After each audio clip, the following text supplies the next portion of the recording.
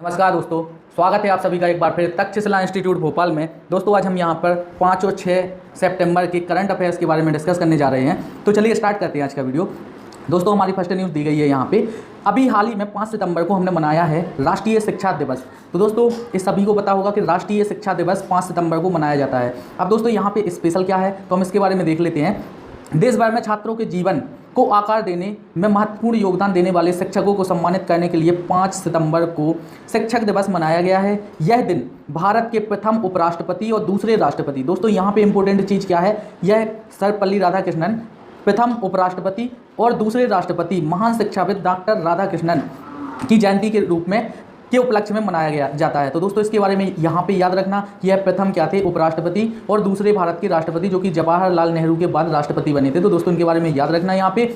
और राष्ट्रीय शिक्षक दिवस भारत में 1962 से हर साल 5 सितंबर को मनाया जाता है। अब दोस्तों इसके बारे में यहाँ पे याद रखना। और डॉक्टर राधाकृष्णन जी भारत के पहले वो व्यक्ति हैं जिन्हें 1954 में, दोस्तों यहाँ पे याद रखना, 1954 में प्रथम भारत रत्न पुरस्कार से सम्मानित किया गया था। तो इनके बारे में याद रखना यहाँ पे कि सबसे पहला भारत रत्न पुरस्कार किन्हें प्राप्त हुआ था, तो ये हुआ था डॉक्टर सर्वपल्ली राधाकृष्णन जी को। तो इनके बारे में याद रखना दोस्तों। यहाँ पे आपके लिए एक क्वेश्चन है कि यहाँ पे राधाकृष्णन जी के साथ में किन्हें भारत रत्न से सम्मानित किया गया था, तो इसके बारे में कमेंट बॉक्स में जरूर बताएं। चलिए हम नेक्स्ट क्वेश्चन देख लेते हैं दोस्तों। नेक्स्ट क्वेश्चन दिया गया है, अभी 5 सितंबर को ही हमने मनाया है अंतर्राष्ट्रीय चैरिटी दिवस। तो दोस्तों इसके बारे में याद रखना कि 5 सितंबर को हमने मनाया है अंतर्राष्ट्रीय चैरिटी दिवस। इसके बारे में देख लेते हैं। इंटरनेशनल डे ऑफ चैरिटी संयुक्त राष्ट्र द्वारा हर साल 5 सितंबर को वैश्विक स्तर पर अंतर्राष्ट्रीय चैरिटी दिवस के रूप में मनाया जाता है। और इस दिन को स्वयंसेवी एवं लोक हितैषी कार्यक्रमों के माध्यम से दूसरों की मदद के लिए दुनिया भर में लोगों एवं गैर सरकारी संगठनों एवं हितधारकों को संवेदनशील बनाने और जुटाने के लिए मनाया जाता है दोस्तों। तो इसके बारे में याद रखना कि 5 सितंबर को ही मनाया है अभी हमने अंतर्राष्ट्रीय चैरिटी दिवस। चलिए हम आगे देख लेते हैं दोस्तों। संयुक्त राष्ट्र के महानिदेशक कौन है, तो एंटोनियो गुटेरेस है। तो इनके बारे में याद रखना यहाँ पे। चलिए हम नेक्स्ट क्वेश्चन देख लेते हैं दोस्तों। नेक्स्ट क्वेश्चन दिया गया है, केंद्रीय शिक्षा मंत्री ने अभी हाल ही में लॉन्च की है इंग्लिश प्रो मोबाइल ऐप। तो दोस्तों इसके बारे में यहाँ पे याद रखना कि अभी हाल ही में किसने, तो केंद्रीय शिक्षा मंत्री ने इंग्लिश प्रो मोबाइल ऐप को लॉन्च किया है। इसके बारे में देख लेते हैं। केंद्रीय शिक्षा मंत्री द्वारा इंग्लिश प्रो नामक एक फ्री मोबाइल ऐप लॉन्च की गई है। इस मोबाइल एप्लीकेशन को हैदराबाद स्थित अंग्रेजी और विदेशी भाषाओं के संस्थान द्वारा विश्वविद्यालय सामाजिक दायित्व के तहत विकसित किया गया है। तो दोस्तों इसे किसने विकसित किया है, तो हैदराबाद स्थित अंग्रेजी एवं विदेशी भाषाओं के संस्थान द्वारा विश्वविद्यालयों द्वारा इसे विकसित किया गया है। तो दोस्तों इसके बारे में याद रखना कि इंग्लिश प्रो नामक ऐप का अभी हाल ही में किसने लॉन्च किया है, इसे किया है शिक्षा मंत्री रमेश पोखरियाल निशंक जी ने इसे लॉन्च किया है। तो इसके बारे में याद रखना। चलिए हम नेक्स्ट क्वेश्चन देख लेते हैं दोस्तों। यहाँ पे नेक्स्ट क्वेश्चन दिया गया है हमारा, पंजाब सरकार ने लॉन्च की है अभी हाल ही में आई रखवाली ऐप। तो दोस्तों इसके बारे में याद रखना कि आई रखवाली ऐप को अभी हाल ही में पंजाब सरकार ने लॉन्च किया है। हम यहाँ पे देख लेते हैं। पंजाब सरकार ने राज्य में हरियाली बनाए रखने और पंजाब में पर्यावरण संरक्षण के लिए आई रखवाली ऐप को लॉन्च किया है। इस ऐप को राज्य सरकार विकसित पंजाब में पर्यावरण को बनाए रखने और बनाए रखने वाली प्रक्रिया में लोगों के हितधारकों को जोड़कर रखने के प्रयास के तहत किया गया है दोस्तों। तो इसके बारे में याद रखना। और पंजाब के सीएम कौन है, तो ये कैप्टन अमरिंदर सिंह है। इनके बारे में याद रखना। और बीपी सिंह बदनौर यहाँ के राज्यपाल हैं, तो इनके बारे में भी याद रखना। चलिए हम नेक्स्ट क्वेश्चन देख लेते हैं। नेक्स्ट क्वेश्चन दिया गया है दोस्तों, संयुक्त राष्ट्र पर्यावरण कार्यक्रम ने लॉन्च किया है अभी हाल ही में the little book of green नज। तो इसके बारे में याद रखना कि the little book of green नज बुक को किसने लॉन्च किया है, तो किया है संयुक्त राष्ट्र पर्यावरण कार्यक्रम ने। हम यहाँ पे देख लेते हैं दोस्तों। संयुक्त राष्ट्र पर्यावरण कार्यक्रम द्वारा एक नया प्रकाशन the little book of green नज जारी की गई है। यह नया प्रकाशन भारत भर के लगभग 200 मिलियन छात्रों को पर्यावरण के अनुकूल आदतों एवं हरियाली जीवन शैली को अपनाने को प्रोत्साहित करने के लिए किया गया है दोस्तों। तो इसके बारे में याद रखना है यहाँ पे कि इसमें कितने, तो 200 मिलियन छात्रों के लिए पर्यावरण अनुकूल आदतों के लिए बनाया गया है। इस बुक को किसने लॉन्च किया है, तो संयुक्त राष्ट्र पर्यावरण कार्यक्रम द्वारा लॉन्च किया गया the little book of green नज। हम देख लेते हैं दोस्तों।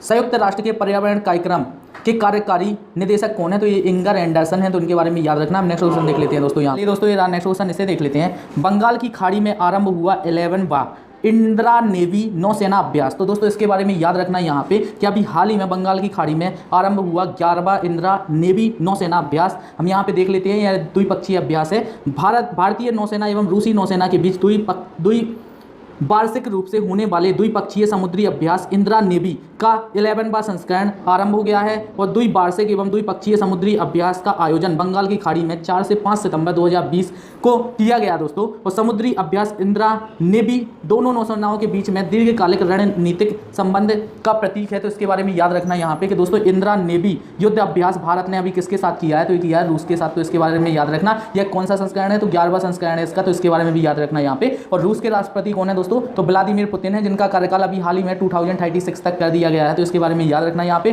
और रूस की राजधानी मॉस्को है दोस्तों, और रूबल यहाँ की मुद्रा है, तो इसके बारे में याद रखना। और भारतीय नौसेना के प्रमुख कौन है, तो एडमिरल करमबीर सिंह है, तो इनके बारे में भी याद रखना। चलिए हम नेक्स्ट क्वेश्चन देख लेते हैं। नेक्स्ट क्वेश्चन दिया गया है दोस्तों, बजाज एलियांस ने अभी हाल ही में आयुष्मान खुराना को बनाया है, अभी हाल ही में बनाया है अपना ब्रांड एम्बेसडर। तो इसके बारे में याद रखना कि बजाज एलियांस ने आयुष्मान खुराना को अभी हाल ही में अपना नया ब्रांड एम्बेसडर नियुक्त किया है। हम यहाँ पे देख लेते हैं। निजी क्षेत्र की जीवन बीमा company Bajaj Alliance life insurance limited ने बॉलीवुड अभिनेता आयुष्मान खुराना को नए ब्रांड एम्बेसडर बनाया है। आयुष्मान जीवन बीमा कर्ता के ब्रांड एम्बेसडर के रूप में इनके उत्पादों के साथ साथ Bajaj Alliance life insurance company limited के डिजिटल सेवाओं का भी प्रचार करेंगे दोस्तों। तो इसके बारे में याद रखना कि बजाज एलियांस ने अभी हाल ही में किसे बनाया है अपना ब्रांड एम्बेसडर, तो ये बनाया है आयुष्मान खुराना को। चलिए हम नेक्स्ट क्वेश्चन देख लेते हैं दोस्तों। यहाँ पे नेक्स्ट क्वेश्चन दिया गया है, अभी हाल ही में केंद्रीय मंत्री प्रहलाद सिंह पटेल ने ब्रिक्स संस्कृति मंत्रियों की बैठक में वर्चुअली हिस्सा लिया। तो दोस्तों इसके बारे में याद रखना कि अभी हाल ही में ब्रिक्स संस्कृति मंत्रियों की बैठक में भारत की तरफ से किसने भाग लिया, तो ये लिया है प्रहलाद सिंह पटेल ने। हम यहाँ पे देख लेते हैं। रूस की अध्यक्षता में 5वीं ब्रिक्स संस्कृति मंत्रियों की बैठक का आयोजन किया गया और 5वीं ब्रिक्स संस्कृति मंत्रियों की बैठक में केंद्रीय सांस्कृतिक एवं पर्यटन मंत्री प्रहलाद सिंह पटेल द्वारा भारत का प्रतिनिधित्व किया गया। और इस बैठक के प्रतिभागियों ने ब्रिक्स देशों के सांस्कृतिक क्षेत्रों पर महामारी की स्थिति के प्रभाव के विचार विमर्श के साथ साथ इनमें ब्रिक्स के भीतर सभी सांस्कृतिक ऑनलाइन परियोजनाओं के संभावित कार्यान्वयन की भी समीक्षा की गई है दोस्तों। तो इसके बारे में याद रखना कि ब्रिक्स की 5वीं सांस्कृतिक मंत्रियों की बैठक में भारत की ओर से किसने भाग लिया, तो ये प्रहलाद सिंह पटेल ने लिया है। इसके बारे में याद रखना। और इसकी अध्यक्षता किसने की है, तो दोस्तों इसकी अध्यक्षता रूस ने की है। इसके बारे में भी याद रखना। और ब्रिक्स जो कि 5 देशों का समूह है दोस्तों, इसमें कौन कौन शामिल है, तो ब्राजील, रसिया, इंडिया, चाइना और साउथ अफ्रीका। इसके बारे में यहाँ पे याद रखना दोस्तों। चलिए हम नेक्स्ट क्वेश्चन देख लेते हैं। नेक्स्ट क्वेश्चन दिया गया है दोस्तों, राज श्रीवास्तव होंगे क्रोएशिया गणराज्य में भारत के नए राजदूत। तो दोस्तों इनके बारे में याद रखना कि राज श्रीवास्तव होंगे क्रोएशिया गणराज्य में भारत के नए राजदूत। तो हम यहाँ पे देख लेते हैं। केंद्र सरकार द्वारा राजकुमार श्रीवास्तव को क्रोएशिया गणराज्य में भारत के अगले राजदूत के रूप में नियुक्त किया गया है। और यह 1997 बैच के IAS अधिकारी हैं और वर्तमान में टोक्यो स्थित भारतीय दूतावास मिशन उप प्रमुख के रूप में कार्यरत हैं। तो दोस्तों इनके बारे में याद रखना, ये कहाँ पे थे, तो जापान में दूतावास में एक उप प्रमुख के रूप में कार्य कर रहे थे, जो कि क्रोएशिया के क्या होंगे, अब राजदूत होंगे, राज श्रीवास्तव। तो इनके बारे में याद रखना। यहाँ पे देख लेते हैं दोस्तों। क्रोएशिया की राजधानी क्या है, तो जंग्रेब है, तो इसके बारे में याद रखना। कुना यहाँ की मुद्रा है, तो इसके बारे में भी याद रखना कि जंग्रेब यहाँ की राजधानी है, मुद्रा कुना है। और क्रोएशिया के राष्ट्रपति कौन है, तो जोरान मिलनोविक यहाँ के राष्ट्रपति हैं। तो उनके बारे में भी याद रखना कि जोरान मिलनोविक यहाँ के राष्ट्रपति हैं। चलिए हम नेक्स्ट क्वेश्चन देख लेते हैं।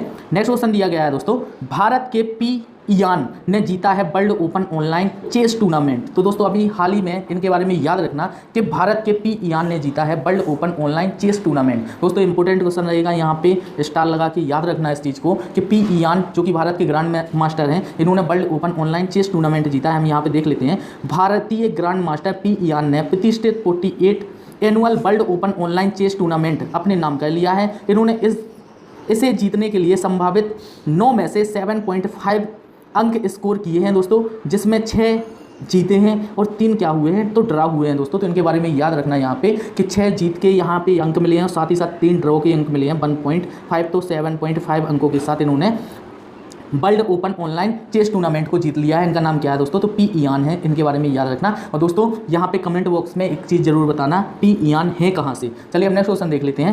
नेक्स्ट क्वेश्चन दिया गया है दोस्तों, सऊदी अरब ने अभी हाल ही में G20 विदेश मंत्रियों की असाधारण बैठक की अध्यक्षता की है। तो दोस्तों इसके बारे में याद रखना कि अभी हाल ही में G20 के विदेश मंत्रियों की बैठक की अध्यक्षता किसने की है, तो ये की है सऊदी अरब ने। तो इनके बारे में याद रखना कि सऊदी अरब ने अभी हाल ही में G20 मंत्रियों की विदेश मंत्रियों की बैठक की अध्यक्षता की है। हम यहाँ पे देख लेते हैं। सऊदी अरब ने वर्चुअली मोड में आयोजित G20 विदेश मंत्रियों की असाधारण बैठक की अभी हाल ही में अध्यक्षता की है और कोविड-19 महामारी संकट की स्थिति के बारे में बुलाई गई इस आभासी बैठक में विदेश मंत्री एस जयशंकर ने भारत का प्रतिनिधित्व किया है। तो दोस्तों इसके बारे में याद रखना कि भारत की तरफ से कौन शामिल हुए हैं इसमें, तो एस जयशंकर। और इसकी अध्यक्षता किसने की है, तो इसकी अध्यक्षता की है दोस्तों यहाँ पे सऊदी अरब ने। चलिए हम नेक्स्ट क्वेश्चन देख, चलिए दोस्तों ये नेक्स्ट क्वेश्चन इसे देख लेते हैं।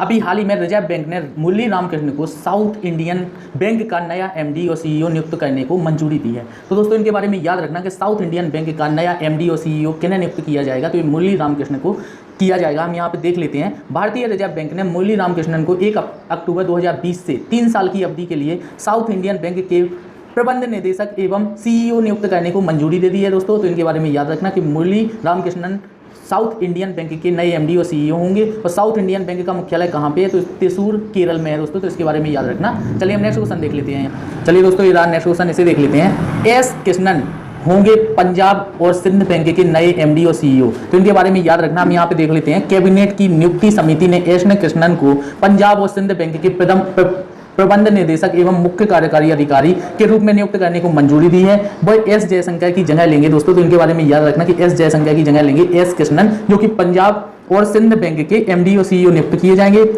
इनके बारे में याद रखना। और पंजाब सिंध बैंक के गैर कार्यकारी अध्यक्ष कौन है, तो चरण सिंह है। उसका हेडक्वार्टर कहाँ पे है, तो नई दिल्ली में। तो इसके बारे में याद रखना दोस्तों। चलिए हम नेक्स्ट क्वेश्चन देख लेते हैं। नेक्स्ट क्वेश्चन दिया गया है, दिसंबर में रिलीज होगी पोप फ्रांसिस की नई पुस्तक लेट अस ड्रीम। तो दोस्तों इसके बारे में याद रखना कि लेट अस ड्रीम दिसंबर में रिलीज होगी, जो कि किन के द्वारा, किन की पुस्तक है, तो पोप फ्रांसिस की पुस्तक है। हम यहाँ पे देख लेते हैं। पोप फ्रांसिस दिसंबर 2020 में अपनी बुक लेट अस ड्रीम पुस्तक को रिलीज करने के लिए तैयार हैं। इस पुस्तक में पोप फ्रांसिस बताते हैं कि कैसे संकट किसी व्यक्ति को उसके जीवन में आने वाली समस्याओं से निपटने की कला सिखाता है। और इन्होंने इस बुक को अपने निजी जीवन से जुड़े 3 प्रमुख संकटों का हवाला दिया हुआ है दोस्तों। तो इनके बारे में याद रखना है यहाँ पे कि पोप फ्रांसिस की पुस्तक का नाम क्या है, जो अभी दिसंबर में रिलीज होगी, लेट अस ड्रीम। चलिए हम नेक्स्ट क्वेश्चन देख लेते हैं। नेक्स्ट क्वेश्चन दिया गया है दोस्तों, इंग्लैंड के पूर्व क्रिकेटर डेविस कैपेल का भी हाल ही में निधन हो गया है। तो दोस्तों इनके बारे में याद रखना है यहाँ पे कि इंग्लैंड के पूर्व ऑलराउंडर दिग्गज क्रिकेटर डेविड कैपेल का अभी हाल ही में निधन हो गया है। इन्होंने इंग्लैंड के लिए 1987 से 1990 तक खेलते हुए लगभग 15 टेस्ट और 23 एक दिवसीय अंतर्राष्ट्रीय मैच खेले थे। और इन्होंने 1987 में पाकिस्तान के खिलाफ टेस्ट क्रिकेट में डेब्यू किया था। तो दोस्तों इनके बारे में यहाँ पे याद रखना बस। डेविड कैम्पेल कहाँ के थे, तो इंग्लैंड के, और क्या खेलते थे, तो यहाँ पे क्रिकेट। चलिए हम आज का वीडियो यहीं पे समाप्त होता है। अगर वीडियो पसंद आया दोस्तों तो कृपया करके लाइक करें, शेयर करें, और चैनल सब्सक्राइब नहीं किया तो सब्सक्राइब जरूर कर लें। थैंक यू दोस्तों, जय हिंद।